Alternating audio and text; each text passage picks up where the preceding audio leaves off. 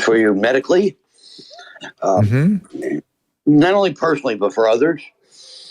Okay. There's so much food with so much garbage in it. High fructose corn syrup is one. Oh, yeah. A lot of the additives. And I'm a guy with cardiomyopathy, mild pulmonary hypertension, asthma, digestive diseases. I was one of the guys at Ground Zero. I wolfed in over 8 days of dust. The World Trade Center program treats me with like 11 different drugs.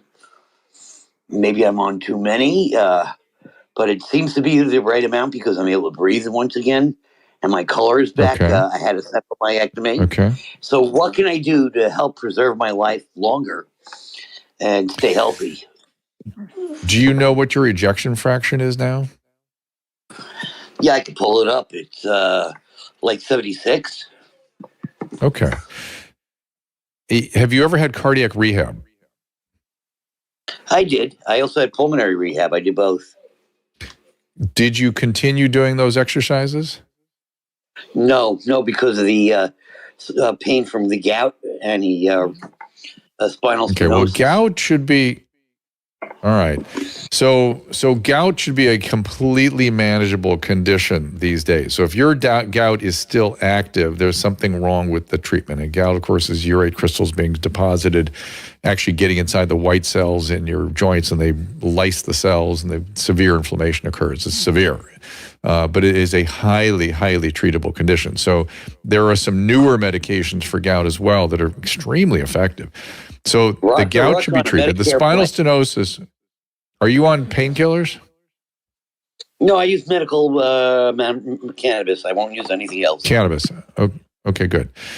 So listen, you walking is going to be a really important thing for you. If you get the gout under control and then get back on the pulmonary rehab. I understand the spinal stenosis is kind of miserable, but people do tend to be able to push through that, and deconditioning only makes that worse. And you've got a 30+% ejection fraction. Some people get better. We didn't used to think that could happen, but there are some people actually get better with a proper amount of exercise. And I'm not saying go out and do vigorous exercise, which is something I was talking about earlier, but exactly the guidelines you got on cardiac and pulmonary rehab. Now, they may want to monitor you again. I don't know how much your monitoring needs are.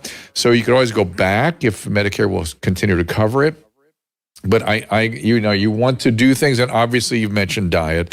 Limit your carbohydrates. Insulin is the enemy right now. Lose weight if you can, and try to eat real foods, which is like fresh fruits and vegetables, and that gets expensive, I understand, and fish and meat. And if you can live away from any of the processed foods, that's only going to be an advantage. In terms of whether or not you should be under a program of what's called de-prescribing, right? Those of you that are elderly, generally speaking, older folk in this country tend to be on too many medications.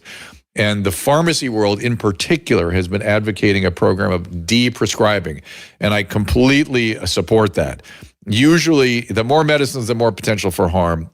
So you can usually streamline people's pharmacology or pharmacological interventions with some focus on some of there are actually guidelines out there for de-prescribing. So talk to your doctor about de-prescribing.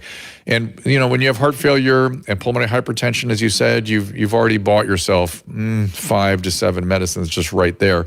And those are, as you said, so you can breathe again, and they also are life-prolonging interventions. So, yeah, Philip, hang in there, man. These are not for the faint of heart. Let's get Josh up here.